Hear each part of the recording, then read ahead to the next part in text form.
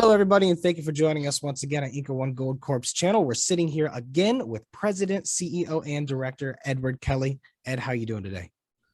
I'm doing great, thanks.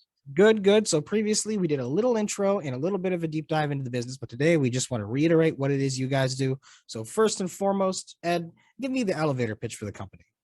Sure, be happy to. Well, IncaOne Gold Corp, we are a gold ore processing company with two fully permitted, built-out plants in Peru and in southern Peru and Arequipa, just on the coast. And what we do is we process gold-bearing material and ore from SMEs, small scale miners and artisanal miners. And we buy that mineral from them. Since they're generally speaking fairly small, they don't have operations big enough to be able to support and make their own plant efficient. What they do is they basically sell the mineral to us and we process it and then turn it into gold doré and then export it out of the country to a refinery in Europe. So it's a nice business from that perspective where we don't have any mining risk, but there's tens of thousands of small scale artisanal miners in Peru, which are legal to be able to purchase from, and that's what we do it in a fair and transparent way. That's why they like dealing with ourselves, being a public company, and audited financial statements and open books and so on and so forth. And yeah, we've got 450 tons per day of permitted built out capacity at the two plants, the IncaOne plant, which is our most southern plant, and then our IncaOne plant, which is just about an hour north of the IncaOne plant in southern Peru. So we are in Peru, we're the largest permitted, built out by capacity gold ore processing company. I think where the interesting story lies here is that last year we only we had enough working capital to be able to purchase about 100 tons per day of capacity. Mm-hmm. So we had 350 tons still to be able to fill, and this year we were able to secure a gold facility, prepayment facility from OSIM, precious metals out of Europe, and give us working capital to be able to get to about 250 tons per day. So that's where that kind of the sweet spot is, where anything over 200 tons, probably in the grade, depending on the grade and the gold price that we're working with, turns us into profitability. Interesting, Ed. So can we paint a full picture? So you buy the ore from these companies, you process it, then where does the ore go? Just give us the whole picture from where it comes from to where it ends up being. Yeah, sure. So in Peru, there's artisanal miners throughout the 27 different regions scattered throughout the country.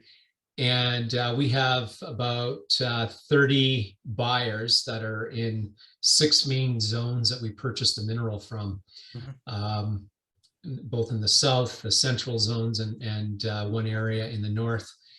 And we work with the miners to be able to get those loads on 30-ton trucks, and we transport it down to our plants. And so it's really a business where you're buying the mineral first and foremost. The more you can buy, the more you can process, and that's where we make our money, is in the processing per ton. The grade is, it does go up incrementally, but for every ton that we put through, we make money. So that's the name of the game for us, is to fill the plant to get to 450 tons per day and making a nice steady cash flow. And then so it's buying, processing, and then selling the doré, and doing that in a most efficient manner as possible, and creating that, turning over that cash flow as quickly as possible. So it's just buy, process, sell, buy, process, sell. That's the name of the game for us. Okay. And from there, can you dive into how the company's been doing lately in terms of financial health, in terms of your guys' outstanding stock and so on?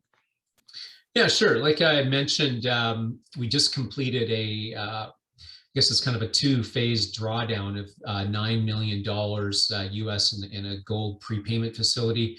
We were able to draw down in the first 6 million and be able to use that and put that working capital to work right away here. We did that at the beginning of August. So we're just starting to get through our first cycle. Typically, it takes about 35 to 40 days for a complete cycle by the time you buy, process, and then sell the gold doré and get paid, and then you can start it again. So we've had some nice buying and production results here in August. And so we've got that working capital. As I mentioned, it should take us up to get us around 250 tons per day, fully deployed. And so as far as the corporate side of things, we've got, we're listed on the TSX Venture, of course, under the symbol INCA. And we're also on the OTC QB in the US under the INCAF symbol. And we've got about 37 million shares outstanding currently. All right, Ed, so just kind of curious from there, how much does the price of gold affect your guys' business model? Let's say it goes up, it goes down. I know previously you had discussed if there's large rises, you guys have to front that cost to buy it from the people, but how's that work out for you? Yeah, it's we do have some leverage to gold. We're not 100% leveraged like, say, your traditional mining company, because we do buy the mineral from the miners, and we kind of get paid on about 5 different points, which would be for every ton of mineral that goes through the plant. Depending on the grade, we get paid there. And we get paid on recoveries. So by us being able to blend sulfide and oxide minerals, we're able to get a higher increase on we do our job properly, then that's that's our risk, and we do a proper job, then we're able to get somewhere between 4 to 6% increase in recoveries. So that's a good payment where we do get leverage on the gold price.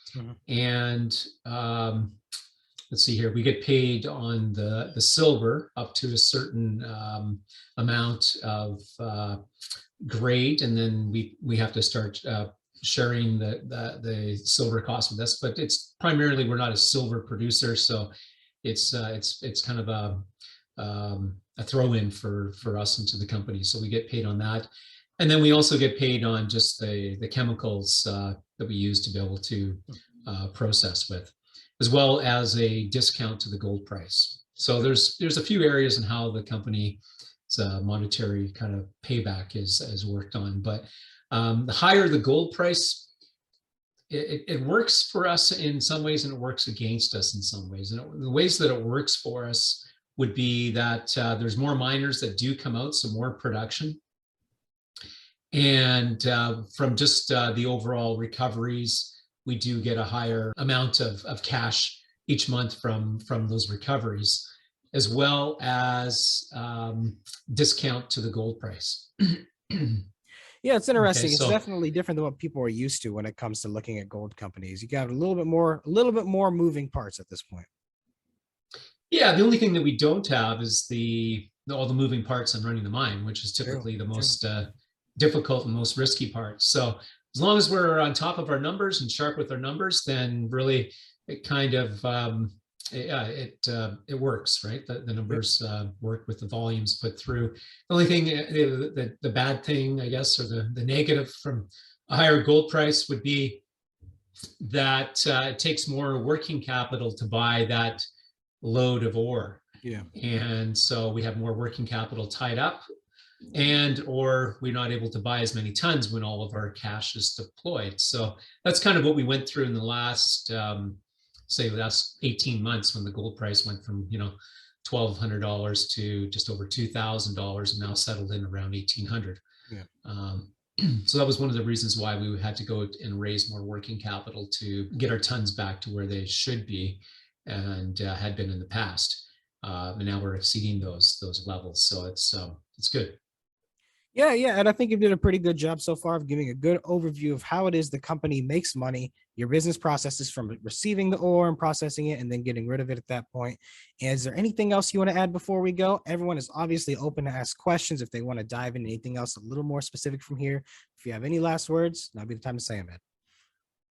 No, I think the other thing would be that since we took this transaction that I guess 3 years ago from Equinox Gold Corp, they are a shareholder in the company, as well as Sandstorm uh, Gold Streaming.